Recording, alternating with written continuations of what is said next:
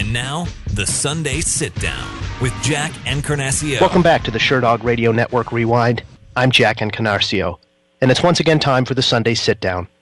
Joining us tonight is AnnMaria DeMars, the first American to win the World Judo Championships in 1984, and of course the mother of UFC Bantamweight champion Ronda Rousey, who makes history this coming Saturday when she faces Liz Carmouche for her title in the very first UFC female fight, and of course, the very first UFC main event.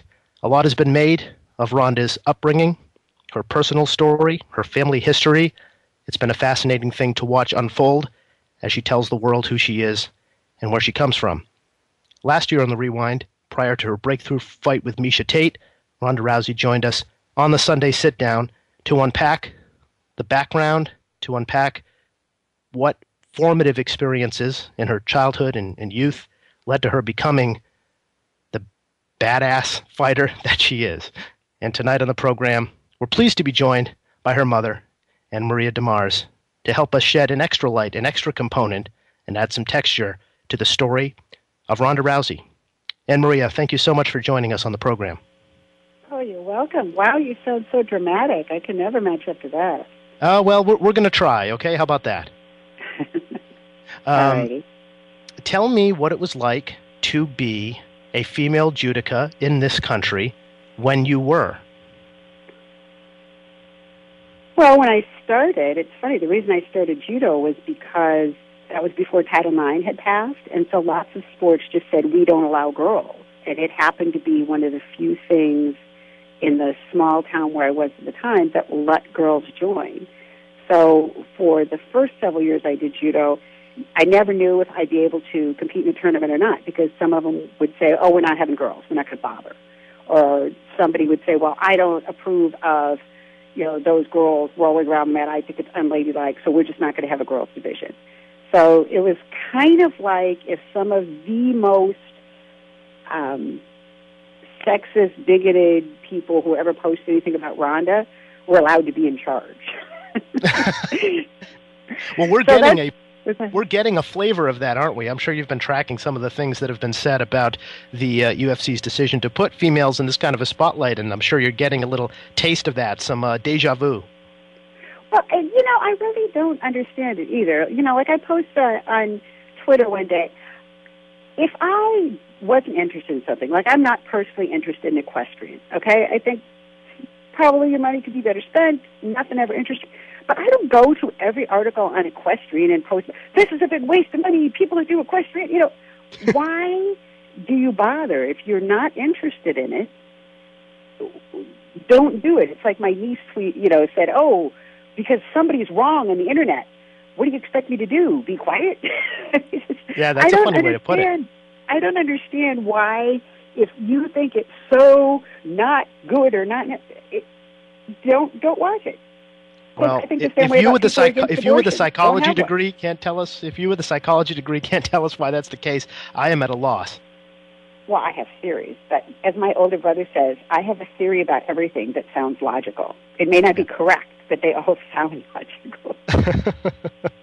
So here you were at a time when, as you so succinctly put it, it seems like the people who take the biggest issues with this decision to highlight the females this way were in charge. And so it must have felt, competing in judo, that, I don't want to simplify it or boil it down too much or kind of cheapen the sense of the time, but that you had to work extra hard. I mean, I'm sure there was a palpable sense that, to thrive and to be the player that you were and to stand out as you did, it took double the effort of maybe some of the male judocas. Well, there were plenty of people who did not think I should be there, and there were times when somebody would try and beat me up until I would leave. And I'm a little person. But I think that's one reason I got so good at armbar so young is, you know what? And I would tell people this, especially somebody who was like smashing into the mat over and over and over. And I would say, you might be able to throw me 100 times, but what do you think the odds are that I won't get your arm once? Mm. And that would make them think a little bit. So, yeah, there were people that literally tried to beat it out of me to get me to quit judo. And 42 years later, I'm still here. I don't doubt at all, AnnMaria, that you could very easily level the gender playing field with that armbar, a weapon that, as we know from talking to Ronda last year, you spent so much time with her as a youngster, just constantly attacking her from all angles, trying to help her understand how to apply and defend it. But it really was driven home to me, I think it was last year, when you made an appearance on the Inside MMA television program, and you threw Boss Rutan to the floor and armbarred him in a second. That's a big man.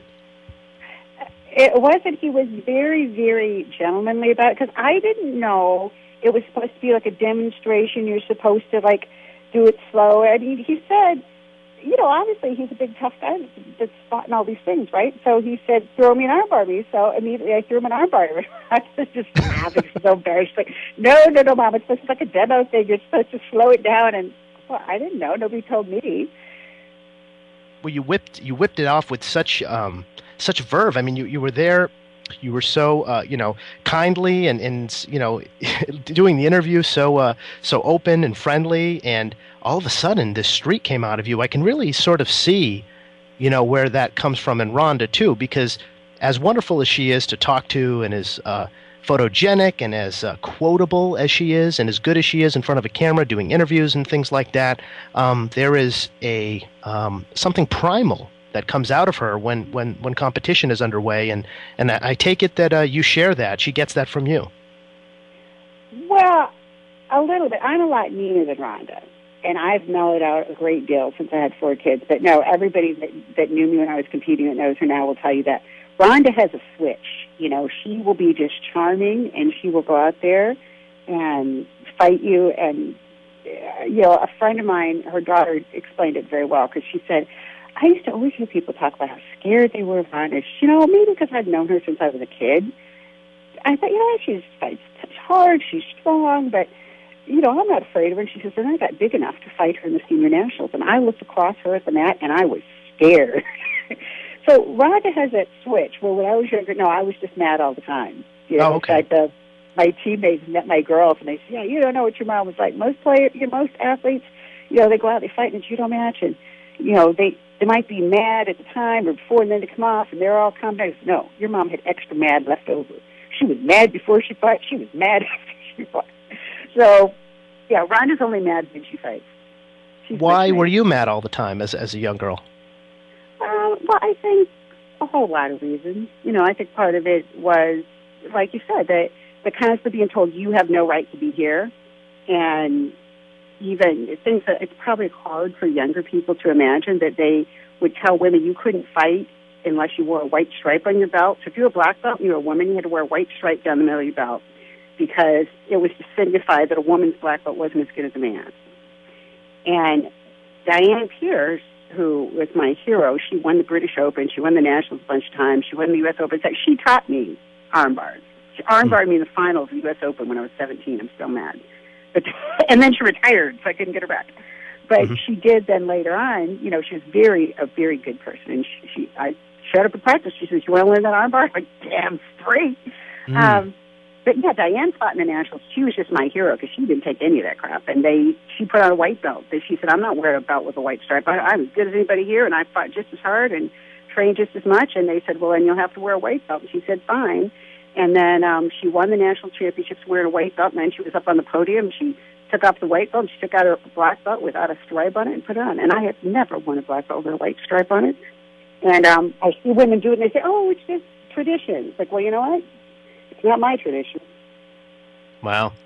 What was it, that streak? I mean, certainly I can see how the conventions and the gender roles of judo brought that constant kind of, against the grain personality out of you. But it sounds like also to some degree, maybe you brought some of that to judo. It's not just that judo brought it out of you. Oh, heck yeah.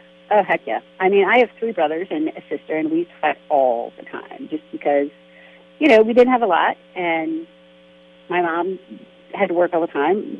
She couldn't help us. She had to work a lot, and so we were left home to our own devices. And I wouldn't say a lot of it was very mean-spirited, but we were young and unsupervised, so sometimes it was kind of Lord of the Flies. How was it like that with your 4 children? Was it like that with Ronda growing up with her sister and things? Describe the household dynamic, if you could. Oh, my God. I will give you one story. So my husband passed away, and then I got married again, and Dennis had never had children. He'd never been around children. He went for a PhD in particle physics, and then he went to do, lab science, rocket sciences, that kind of stuff. So he's around adult physicists, people, all the time. We get married. He's in his 40s, never had kids, never been around kids. And I run a consulting company. So I had to be gone. I travel on business all the time. So the first trip I went on, I said to my oldest daughter, Maria, now look, Dennis isn't used to being around kids, and you guys are all going to the three of you are going to be here, with him. I want you to help him out, with your sisters. And do not hit your sisters. Do not hit, this is the last thing I say before I walk out the door, right? I'm gone. One day, I call him from the hotel, so how are things? I thought he was going to burst into tears. He said, all three of the girls got in a fist fight at the table. Mm-hmm. And so I said, you get each one of those girls an extension. So they're all on the phone, and I started with Maria, and I said, so what happened was, I guess Maria got in Rhonda's face, and she was telling her something, I don't know exactly what, and Rhonda didn't like it, and she got right up in Rhonda's face, and Rhonda spit in her face. Then Maria slapped her, and then Rhonda punched Maria, and then Jennifer, I don't know why Jennifer got in it. So all three of them are in this fist fight. So I told Maria, I said, you are grounded. You are grounded, until the sun never rises again. I hear one more thing out of you. When I get home, you go to your room and stay there. And I was so mad. And I said, Rhonda, you are grounded. You're grounded too. And she's like, well, I shouldn't be grounded as long as Maria, because you specifically told her not to hit me, but you didn't specifically tell me not to spit in her face. Oh, my God. This is the sort of thing I shouldn't have to tell you. It's like, don't put the cat in the microwave. Right. You're not supposed to have to be told it. So, yeah, they had a lot of knockdown, drag-out fights. But I think, it's kind of like in my family. When you're younger, and by the time you get to be about 12 or 13, you have a little more sense, and you start, being a little more of an adult. I think Rhonda, she quit fighting with her sisters, and then she was in school, and she had a couple of instances where kids picked on her because she was the skinniest little thing when she was, 11, 12, 13 years old. She had trouble speaking, and she was just this skinny, scrawny kid. And, yeah, there were a couple times when some kid grabbed her by the throat, and she slammed him into the concrete. And then the next week, this is her first week of school, right, of public school. So then the second week, I'm picking her up, and some kid starts pushing her. Some kid's much bigger, and I got out of the car, but I didn't get there quick enough. And the kid says, I'm going to kick your ass. And Rhonda just comes right back at her and says, I'm going to kick your ass, and knocks the kid about a foot. And then, of course, the counselors come out and grab them both. And, and her sister Maria, that time, says, Rhonda got in 2 fights in 1 week. She's a bad kid. But the whole point is she didn't take being pushed around at all. So she wasn't a troublemaker, but boy, people underestimated her because she didn't talk very well, and she's this skinny little thing that wrong person to push their button. Tell us about Rhonda's dad. Well, I thought he was gorgeous. He's a great guy. Really, really nice blue eyes. Any more? I mean, what was he? What was he like? What was his charge in life? We're learning about him, of course, through the primetime special. And he was real into all those things. He was the Marlboro man. He was into all those things that men do that don't have a G at the end. Hunting and fishing and shooting and four-wheeling. And went into the Army when he was a month after his 17th birthday and won all kinds of sharpshooter medals. And he's really into, it's funny, the whole gun control thing, but he was really into hunting and shooting. And I remember when I met him, he was running advanced manufacturing processing, I think, at General Dynamics. And then he went into, research and development. And so this is a guy doing R&D and has patents in aerospace and processing, materials. And so we go to Circus in Las Vegas, and we were just dating a daughter, Maria, who was maybe 2, and she wanted one of those big giant animals. He said, I'll get you one of those. And I said, I promise, or something like that. And he goes to did you know that you can win enough stuff that they tell you can't play anymore at Circus? I did not know that. You can. And every time we would go to any of those things, we would come with, garbage bags full of, those lawn bags full of toys. And he would go to whichever one of the shooting things they have and like bam, bam, bam, bam, and win everything until they told him he couldn't play anymore. And then we'd go to another one. And so I asked him. I said, "How on earth did you ever learn to shoot like that?" And he said, "When I was a kid growing up, we didn't have a lot of money, and if we wanted meat, if we didn't shoot it, we didn't eat it. So from the time he was a little kid, his dad would send him out with a gun, and he would go and shoot rabbits and squirrels and deer, whatever they could get." So he was from Myrtle Creek, Oregon. Not even the town of Myrtle Creek, which I've actually been to, which is even less impressive than it sounds. I mean, it's got a Dairy Queen, a bar, Right, right. Yeah, but they actually lived out, the country outside of that. How did you meet him? I met him at work. We both worked at General Dynamics. So I was an industrial engineer, and he was, like I said, he was some big shot. And the funny thing is, when we met, I had a little daughter I was taking care of by myself, and so he said, I had to set up something for a meeting, and so I had my secretary call down, and she said, "Mr. Rousey says he can meet with you at 7 o'clock tonight." Well, you had a little kid in daycare. You can't just show up 2 hours late, right? Mm-hmm. I said, "You call Mr. Rousey back, and you tell him I'll be there at 7 at night when hell freezes over." So she says to me, "Does that mean you're not going?" Because she's really important. I'm like, my kid's more important. So she goes and she talks to him and his secretary or whatever, and then she comes back and she says, "Mr. Rousey says he can meet with you at 5:30 in the morning." Well, I am not a morning person. I mean, that doesn't even begin to cover it. So I go, I make an arrangement with the daycare lady, promise her my house, my car, whatever, if she can, take Maria at 5 in the morning because I got to go to this meeting. And, and he's a big shot, so I have to kind of show up. So I'm sitting here drinking like my third cup of coffee in this conference room. I looked to the really cute guy sitting next to me. I said, "What kind of asshole schedules a meeting at 5:30 in the morning?"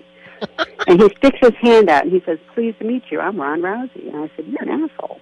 That was, wow. So it was nice love at first sight. We used to joke about if, they had told us right then that we would end up getting married someday, that we would have called plant security and had whoever said it escorted as, a risk to public safety. A risk to public safety. That's a great story. Tell us who he met that day. I mean, what was your background? Where do you come from? I know that Ronda is part Venezuelan, I believe. Are you 100% Venezuelan? Tell us about No. My dad's family came from there. So he was actually born in New York City, and then his grandparents, he went back. He was born up here, and then my grandmother. It was like during, must have been. Well, I guess it was before the Depression. But anyway, she, barely spoke any English, and my grandfather was going to school. He wanted to be a doctor, and so he was at Columbia University. She met him. They got on a boat. They took the boat all the way up here the very first day. They were married, and it took them weeks to get here.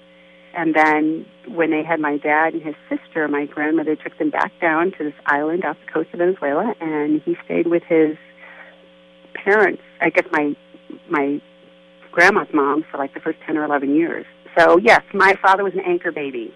So every time I hear that stuff about that, it just makes my blood boil. And, he came back to the U.S. when he was in his 20s, I think, and married my mom. You mentioned a little... Go ahead. You had mentioned a little earlier. I'll just jump ahead here because this is something I definitely wanted to hit, and I see an opening. You had mentioned a little earlier, this idea that, if anyone suggested that any obligation should come before your children, they were quickly put in line, and you quickly, you quickly made it clear that was not the way you were oriented, and not the way you were assorting your priorities at the time. And anyone would be impressed with your academic credentials and kind of the way you were able to manage such what sounds like intellectually demanding studies and work and jobs with your judo career, with raising your family. And you'd recently put out a blog that basically talked about parenting styles and talked about some things people say about raising their children, especially when their children are in competitive environments, from your little league to, Ronda being involved with other kids ostensibly in judo training as a young kid. And under the header, "Put your children first," you wrote, "People say they do, but they don't. I don't give a damn what the neighbors think of me. People at judo tournaments or at my church, I care about what is best for my children. When Ronda was young, there were times when I would take her away from the rest of the class and work with her on something because I thought whatever was being taught was not what she needed to be learning right then. I was very, very fortunate that I was at Venice Dojo at the time, and I had told Trace Nishiyama, the head instructor, when we joined, that I wanted to do this, and he was okay with it. Some other people were not and complained that Ronda got more attention. Yes, she did, because it was my attention and she was my kid." And you go on to say, "I've had people say to me, I don't treat my children special. I treat every child the same. I don't. I treat my kids like I love them more than yours because I do." In addition to being awesome, tell me about that line of thinking there, and tell me about why you were compelled to write that down. Was there something about, raising, at least in Ronda, in particular Ronda, such an amazingly talented athlete, that requires you to take kind of crystal clear stands like this in terms of, parenting styles? Well, there's I wish I could find who said this, because it was on I read it somewhere years ago, and it's always stuck in my mind because I'm a statistician. Somebody said every elite athlete is an experiment of one. They're the outliers on the distribution of humanity. And I think that is true. So if you have a child who is that outlier, then what they need is not what everybody else needs. And I don't mean in the sense that they don't need love and they don't need, to have good nutrition, but what they need to meet their potential is different than what the other kids need. And at least some of the time. And I see parents who will not make waves because, this is, I don't want to get anybody upset. So they'll be at some club and the instruction there isn't really what their child needs, but they stay because, I don't want people mad at me, and I see that a lot. I see it sometimes on the flip side where their child is either not that talented or they're extremely talented, but they're just not that interested. And, Ronda has a little sister, Julia, who could have been every bit as good at judo as Ronda, but she wanted to play soccer. She has an older sister, Maria, who could have been every bit as good at judo as Ronda, but she wanted to do track and pole vault. And, again, it's not just your kid winning. I'm sure there are people that think that I should have made Julia stay in judo, but she's really happy playing soccer. Yeah, it's interesting because you all of your kids, all of your daughters weren't on necessarily the same track, yet it sounds like there was a very similar thread in terms of pointing them towards what they excelled at. Was there a point along the line where you realized that Ronda was a potential medalist in judo? I thought she was exceptional by the time she was maybe 13 or so, long before anybody else did. And, the thing is, I started coaching, I think they said in some article when I was 15, but I think it was younger than that because I think I was 13 or 14 and I had been in judo about a year. And my mom couldn't afford to pay for the Y anymore because she, got together the money for a year and that was it. And the judo instructor went, because my mom was very against accepting charity, and the judo instructor went and worked out some deal where they would let me take judo there for free in exchange for helping teach the class. So, by the time Ronda came along, I'd been coaching for well over 30 years. And like I said, I'm a statistician. I mean, detecting patterns is supposed to be what I do. So I noticed some things about her that were exceptional. And one of the things that people often don't really pick is Ronda's really smart. And somebody said, there's no stupid champions in judo. Well, I've done a few judo champions, so that's maybe overstating it. But it certainly is a sport that rewards intelligence.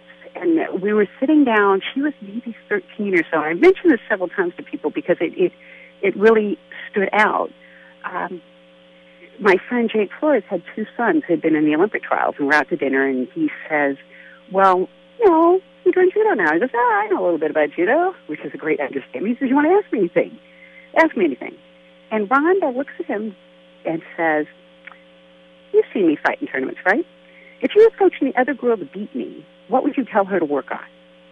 That's not the kind of thing that a 13-year-old who's been doing something for a couple of years normally thinks like that. So, I think that way that she thought about things stuck out with me. The other thing that you see that I always look for in kids and seldom see is that kid that refuses to lose. Often people, Jim Pedro, he and I just wrote this book together called Winning on the Ground, and we have a lot of discussions about judo. Mm-hmm. And he said the other day, people look for an excuse to lose, which sounds crazy, but I think there's a lot of truth to that. You see people that they get injured or they get behind in a match, and it's almost like they, are relieved that now they have an excuse. Where Ronda, man, you would score on her. If something happened and you managed to get a score on her in a judo tournament, God, she'd be mad. It's like, and that is something that reminds me of myself when I was young. Yeah, if somebody would score on her in the tournament, she would just come back ready to rip them apart. But yeah, she just refuses to lose, and that was pretty evident from early on, that she would fight anybody. Didn't matter how big they were black belt, she was white belt, she would fight anybody. And I remember we one time the guy came to visit, and he was an adult, right? He was a black belt, and he was probably twice her size, and he was Japanese. He had been the Japanese national champion, many years before, and he just threw her, and she cried all the way home. She's like, Mom, I tried to throw that guy. I just couldn't get him. Here she was, this skinny little 13, 14-year-old kid, half his weight. And she just was so upset that she couldn't beat the guy who was the All-Japan champion. And I thought, that kind of attitude is rare, that you just internalize. Nobody has a right to beat you. I don't care who you are, where you've been, what you want. No. When you first saw mixed martial arts, did you see a massive opening for the kind of judo that you practiced and Ronda practiced? I mean, it's just stark how when she gets in there, and the succession of first-round arm bars, of course, speaks to it. It's just stark that she has this one insight, this one way into an MMA fight that none of her contemporaries are prepared for. When I first saw MMA, and Carl Parisian reminds me of this every time he sees me, I thought it was the stupidest, silliest thing I ever saw. And Carl was doing it at Hayastan, at the judo club I used to take Ronda to. Because she practiced at several clubs in LA. She would go there twice a week. And Carl's in there wearing these itty-bitty Speedo things, and punching at a bag. And I just laughed. I went over to his dad, Jack Parisian, and goes, Jack, I know you got a job. Come on, can't you buy your boy a shirt? Here, get him a T-shirt. And every time I see Carl, he says, you're not laughing now, are you? Yeah. So, no, I did not initially see it as a big opening for Ronda. I just thought, Carl, why are you wearing those silly Speedos and put on a judo gi and jump back into with Manny and Ronda? Right. And so, was there a point when your mind changed? And if there was, did this kind of, because I've talked to Carl, we had him on the show last year, and he was talking about how, his judo, when he would bring it to the table, even, show what he could do to elite fighters, kind of demonstrate his command of tripping up a guy, or, the sense of leverage, that one-of-a-kind sense of leverage and base that judo allows, and the very lightning-quick transitions to submissions. It just felt like he had a trump card over everybody else who thought they were training every dimension of the game that there was out there, including jiu-jitsu. But it just seems like the style of judo that Ronda does is just, I don't know, it's just not something that women who are training mixed martial arts as hard as they possibly can are able to account for. It seems like Ronda's just always going to be able to get the fight into her zone, and it's almost just pure judo. I mean, she's, of course, always getting her skills well developed and things like that, but, that's coming along. It certainly hasn't been a requirement for her to get her game off every single time. Yeah. Well, it's what she's good at. I tell her that all the time. There's a line from, think it was Molly Ivins, what they say down in Texas, you dance with them what brung you. You know, you got here doing judo, do judo. And the other thing is, she's fighting women who, whatever else they've been training, hasn't been judo. I remember I called Jim, so I used to call him before Ronda's fights because I would get so nervous, you know, and she used to live with him, he coached her. So we're in Las Vegas for some fight, and I said, yeah, and I was reading the article about, you know, the woman that she's going to fight, and she said the paper that, you know, that she's going to try and, you know, stay off the mat with Ronda. And I said, you know, that's the exact right thing that, you know, you should do, is you should try to stay off the mat with Ronda. Right. And Jim says to me, well, what do you expect her to say to the newspaper? I think I'm going to get my ass kicked. And I said, but no, you know, she says she's not going to, you know, she's not going to go to that. And Jimmy says, okay, wait a minute, good. He said, her plan is to not get thrown an armbar by Ronda, correct? And I said, yeah, that's right. And he goes, you know, I took Ronda to 4 World Cups in Europe. And that was the plan of all those women there, too. And you saw how that turned out. Ronda came home with gold medals. And he said, and those women had a lot more practice at not being thrown by judo players than these women do. So I think that's part of it. You know, she made her first international senior team when she was 16, and now she's 26. So she spent 10 years fighting women who were really good and had years and years and years of experience at not being thrown an armbar and still did it to them. So I think, you know, all these other women are quite a bit behind. At one point, Ronda told us last year, she sort of went into exile from judo. There was just something about the culture, something about the system post the games where she took bronze that just didn't appeal to her anymore. And she just completely cut ties with it, and she relocated, and she took a bunch of odd jobs and kind of floated for a little while. What do you remember about that period in Ronda's life and what it was all about? Well, she started judo. She started competing when she was 11. And when she was 21, so when she was 11, when she was 16, she made the U.S. team. And then pretty much from 16 to 21, she just competed all over the world. So she never really had that period that most people have of, you know, you get your first car, you get your first apartment, you get a regular job. She'd never done any of that. And so I think she wanted to figure out, is this really what I want to do, or is it just what I've always done?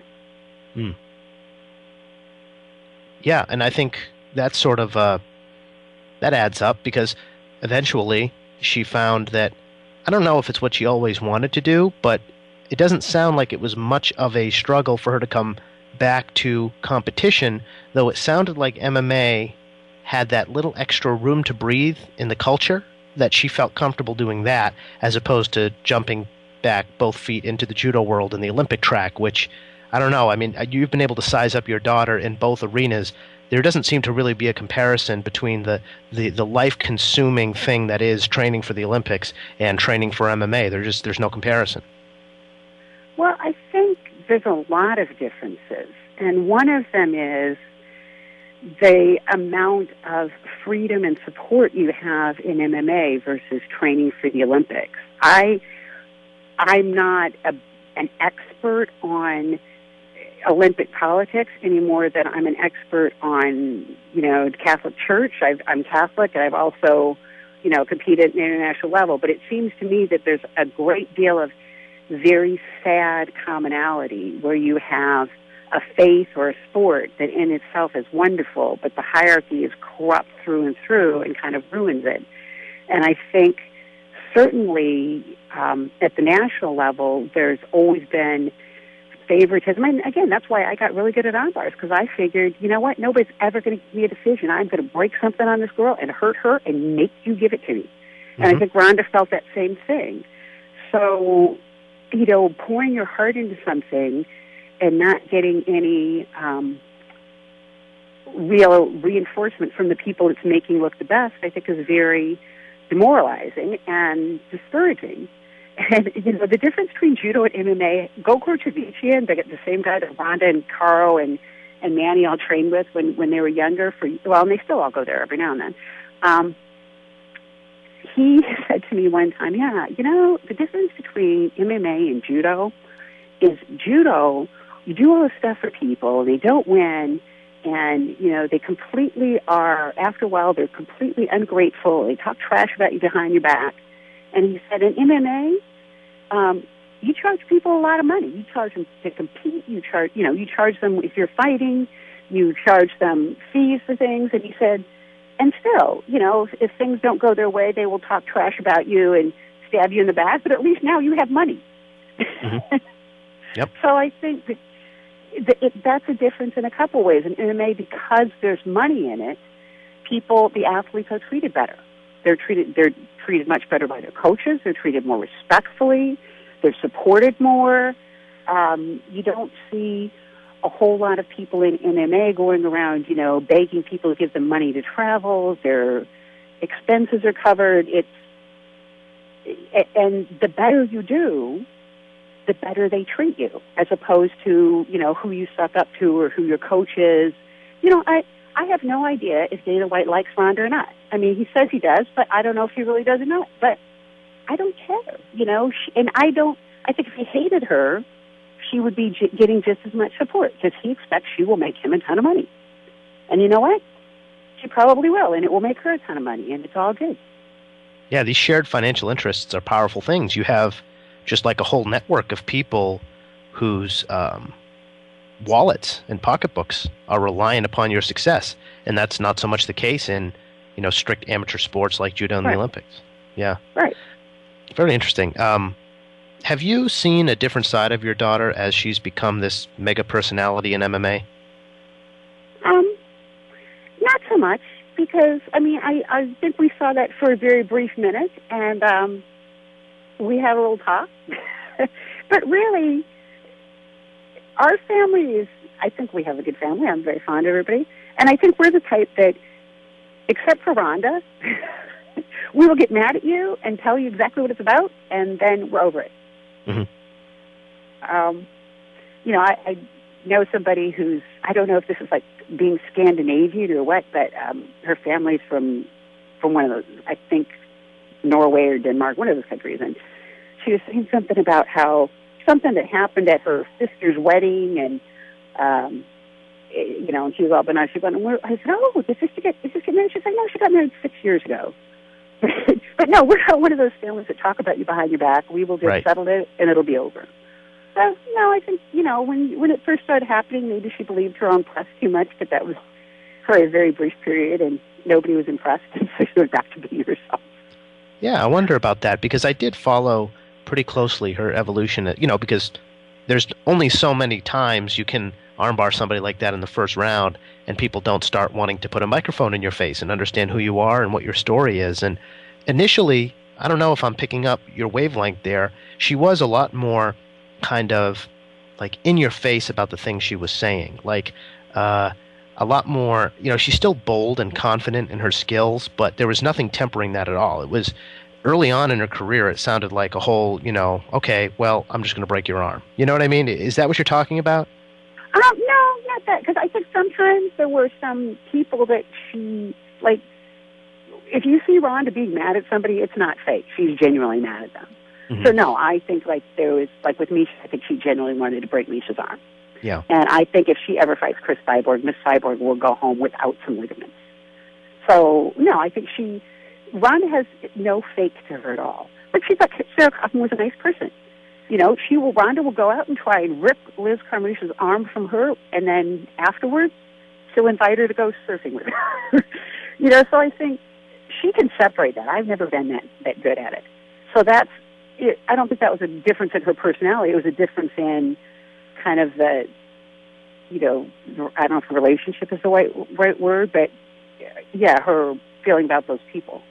Yeah. So if I'm extrapolating correctly, you must have hated Miesha Tate even more than Ronda did going into that fight.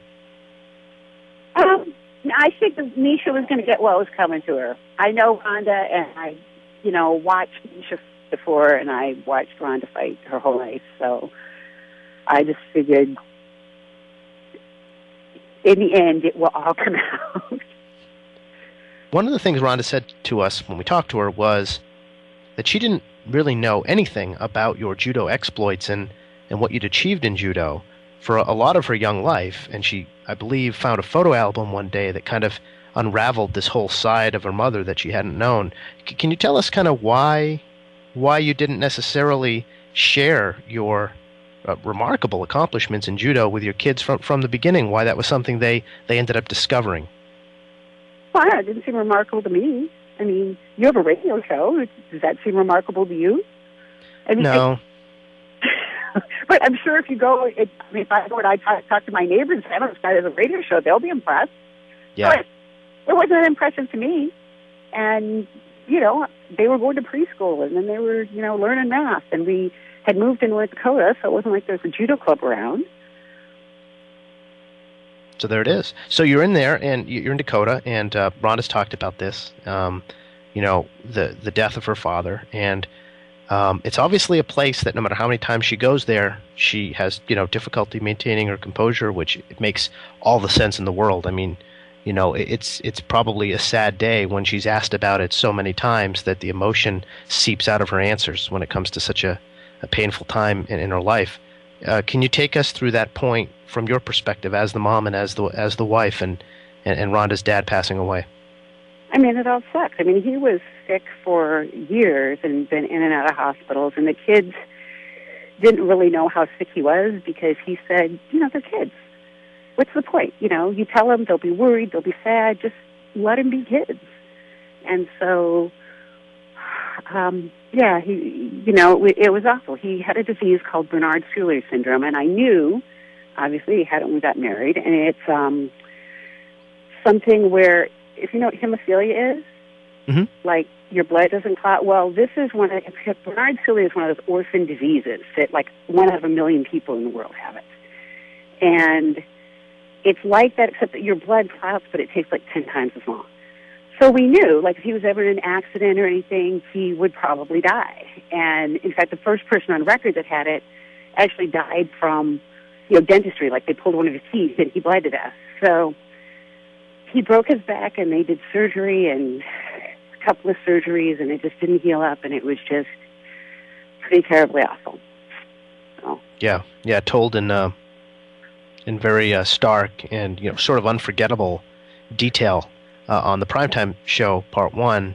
I wonder if you've seen that, AnnMaria, and what you made of your daughter coming to this, I don't know, dare I say existential moment at the end where she started to question herself on camera about talking about her father's death as a motivational point for her, as something that, she draws strength from or draws motivation from. She had a moment where she felt like she was skewing too much toward exploiting the death of her father. Well, everybody asks about it, and it's kind of sad. It's just like, Kayla Harrison, who won the gold medal in the Olympics, and everybody talks about, her having been abused by her coach, and it can never just be, Kayla Harrison won a gold medal, hey, her, and it's the same thing. And I know that people try and get like a human interest, or you're trying to find an angle that people are interested, because, I know there's lots of things. If you tried to tell me about the guy who won, luge or something, I wouldn't be interested, but then if you said, he has one leg or something, it's like, a guy with one leg. So, I understand that that's why people do it, but I just think it's too bad when we focus on one part of a person. Like, one of the things I was telling that woman Crooklyn that does the blog on Bloody Elbows, Ronda does all these charity things that nobody hardly ever talks about. Her free rice group that she started through them. They've raised 76 million grains of rice and have to feed 22,000 people, but nobody ever talks about that.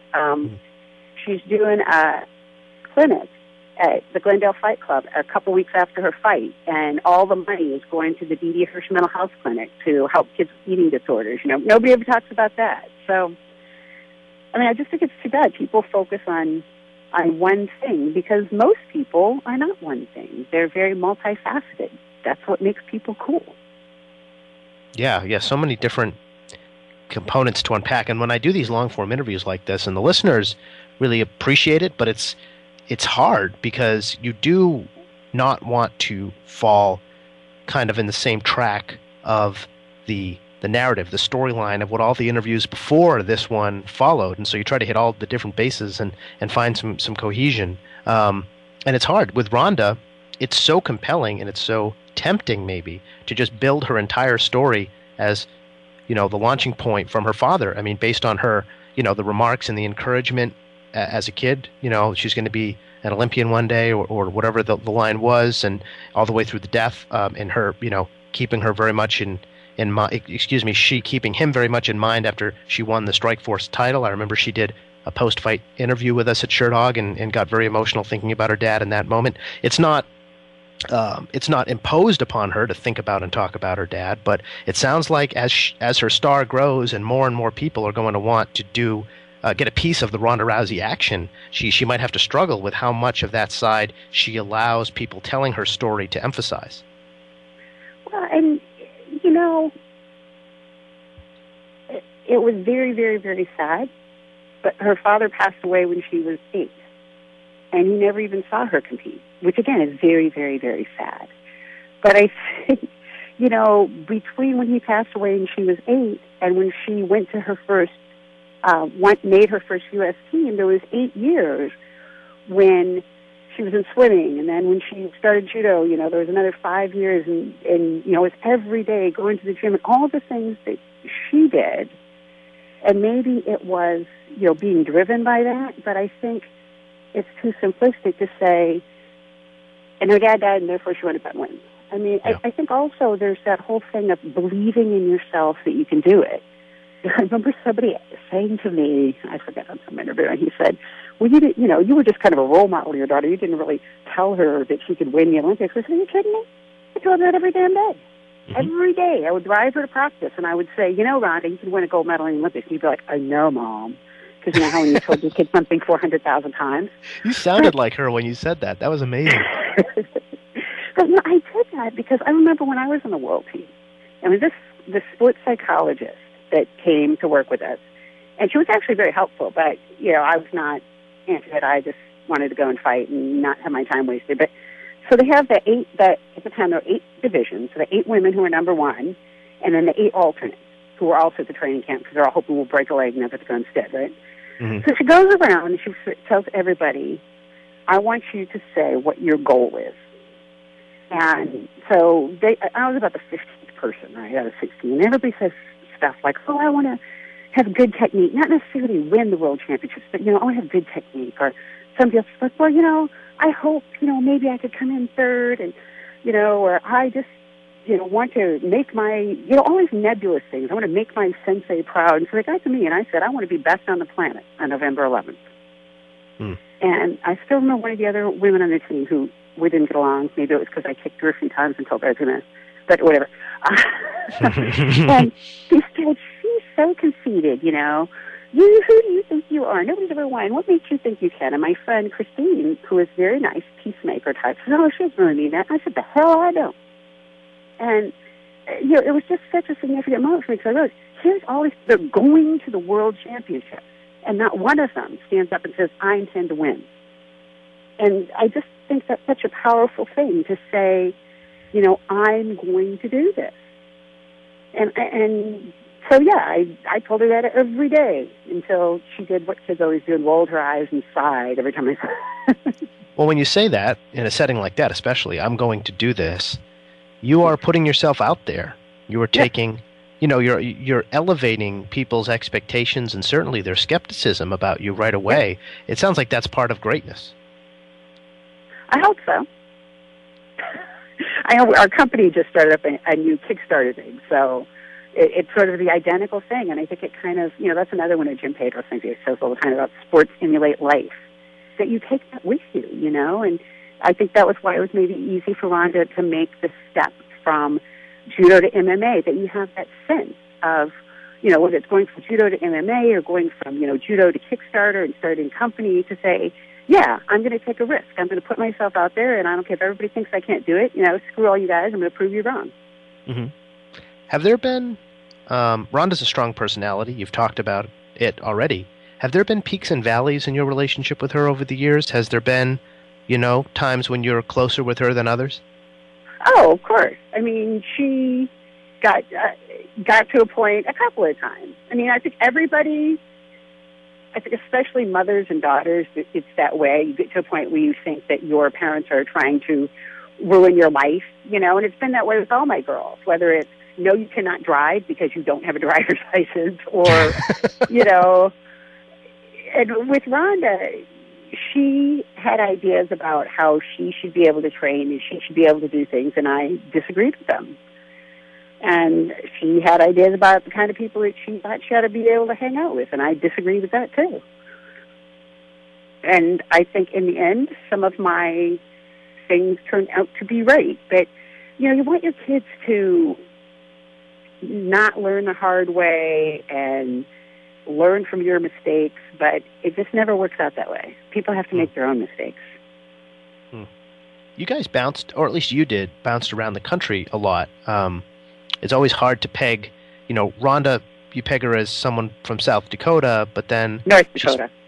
North Dakota. And she spent all this time, however, as a very young girl in California, and I wonder if there was ever like a real solid sense of place for her. What do you think of that?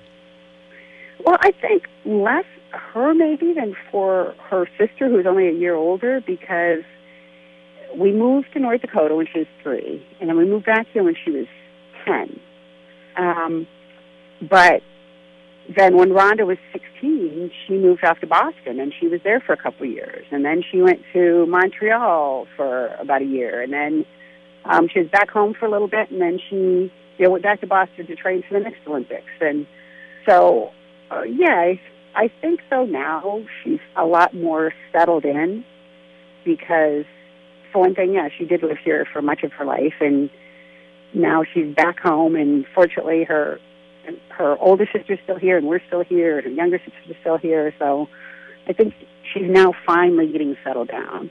I think that was part of the thing that made the judo thing hard for her, too, was the, constantly going to training camps and having to travel around the world, where, MMA, she can train right here in L.A. most of the time, or she can go up to Stockton, which isn't that far, and, even the events are usually not that far, like Las Vegas or San Diego, so I think that makes it much more settled down and easier for her. What do you think of Nick Diaz? I'm not sure I've met him. I might have met him for a minute or two.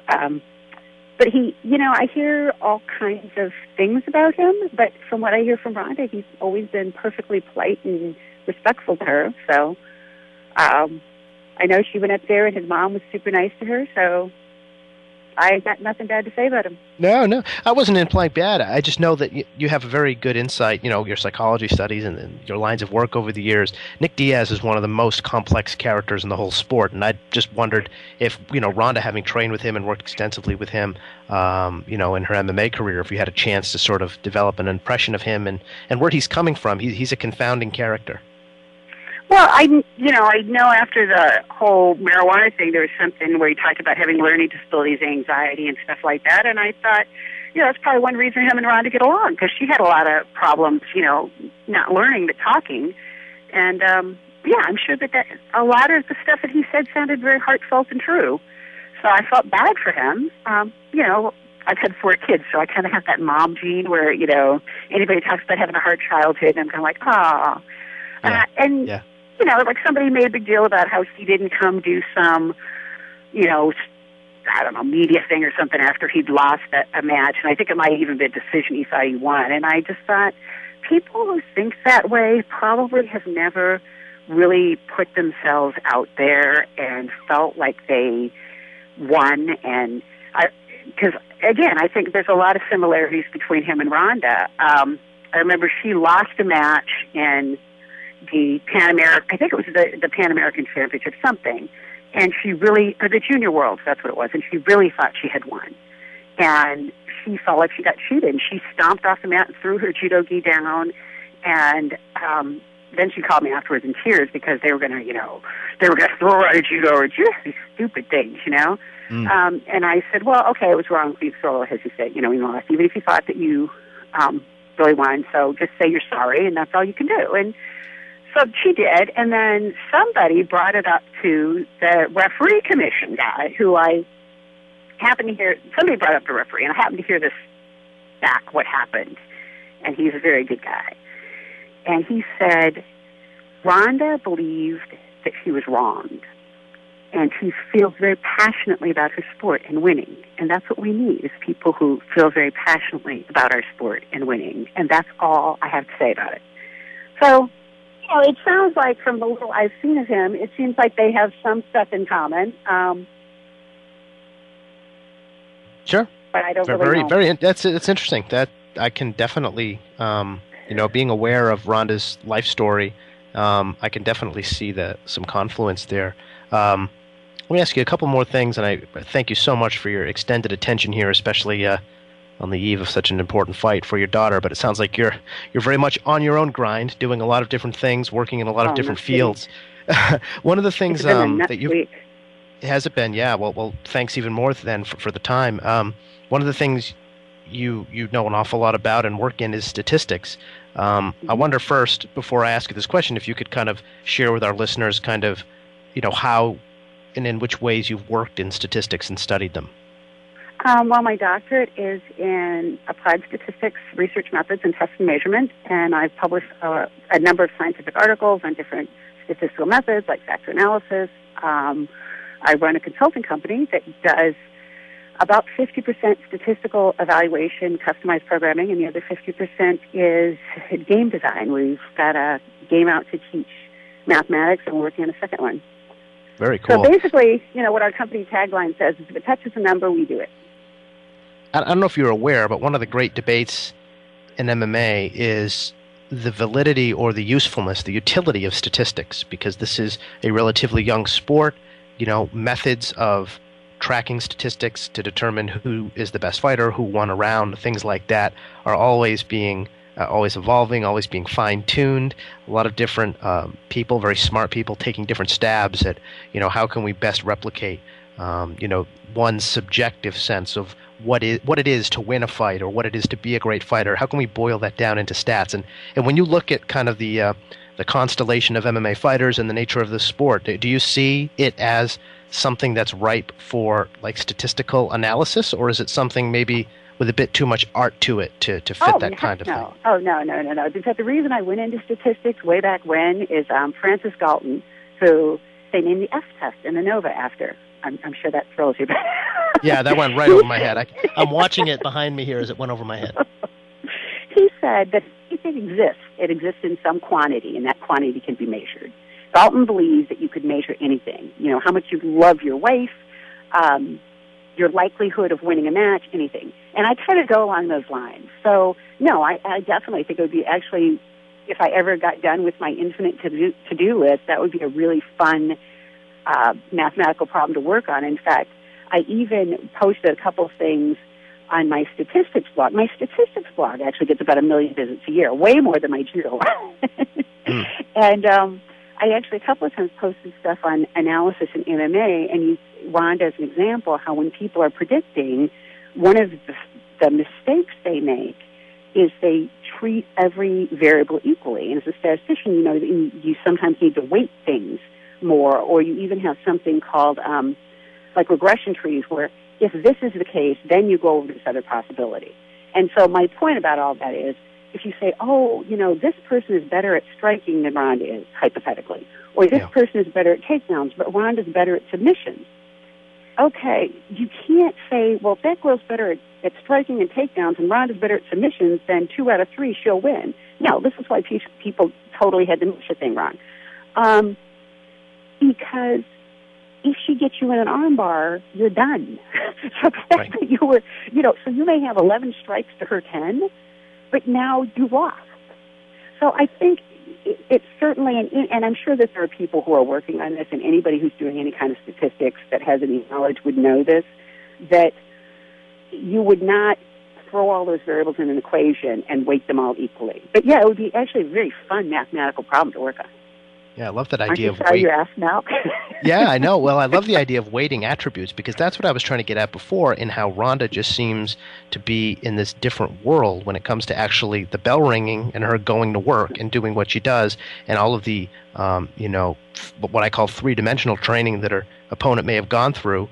Just does not stand up to this, one narrow kind of approach of dump you and armbar you. And it reminds us that, you can get so good at one aspect of this sport that nobody can touch you. That can still happen. There was this sense, and I don't know, you may have studied MMA enough or be familiar enough to know this, that, the well-rounded fighter was the way to go. That increasingly the mixed martial arts fighters that are going to be produced in the gyms, the kids who grew up watching MMA at a time where it wasn't one narrow style versus one narrow style, but everybody came into the cage with roughly the same complement of skills. Certainly, strengths and things that their roots, things they came from. Wrestlers wrestle, kickboxers, kickbox. But, once these kids start training in every single aspect of MMA from day one, we're going to get a whole lot more dynamic and competitive and evenly matched and exciting sport. And to me, someone like Ronda comes along and reminds us that no, actually intense, obsessive focus, even focus on one area of fighting that wasn't even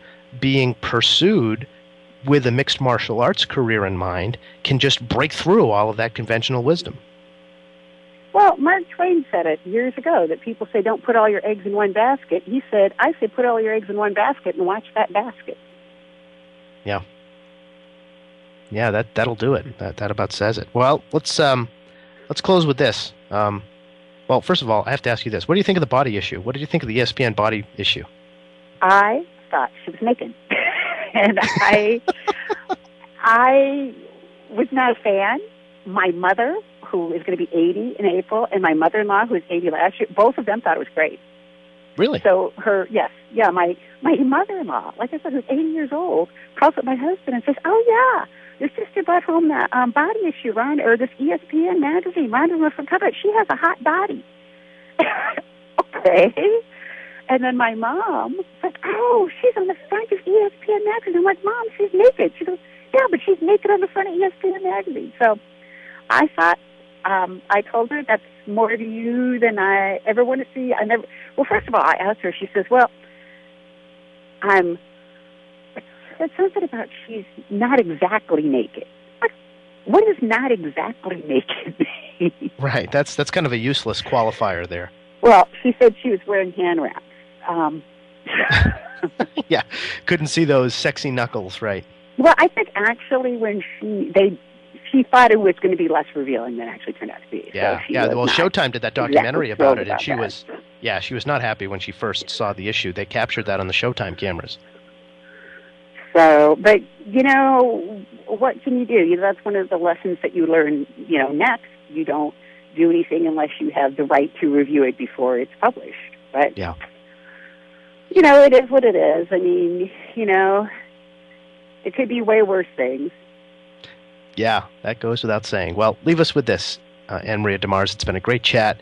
You've so helped us get to know who will increasingly be an MMA supernova in Ronda Rousey. I don't really care what happens against Liz Carmouche coming up Saturday.